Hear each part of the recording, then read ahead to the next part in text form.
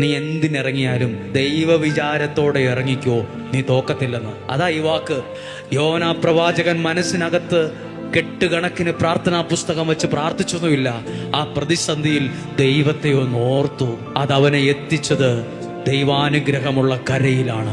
യോനാ പ്രവാചകൻ പ്രാർത്ഥിച്ചത് കടലിന്റെ അടിയിലെ മത്സ്യത്തിന്റെ ഉദരത്തിൽ കിടന്ന് പായലുകൾ എന്നെ വലഞ്ഞു, ജലപ്രവാഹം എന്നെ ചുറ്റി വരിഞ്ഞു, എനിക്കിനി ഒന്നും കാണാൻ പറ്റുന്നില്ല, എൻ്റെ ജീവിതം ഇരുട്ടില്ല, എൻ്റെ ഭാവി പോയി, എൻ്റെ പ്രതീക്ഷ പോയി.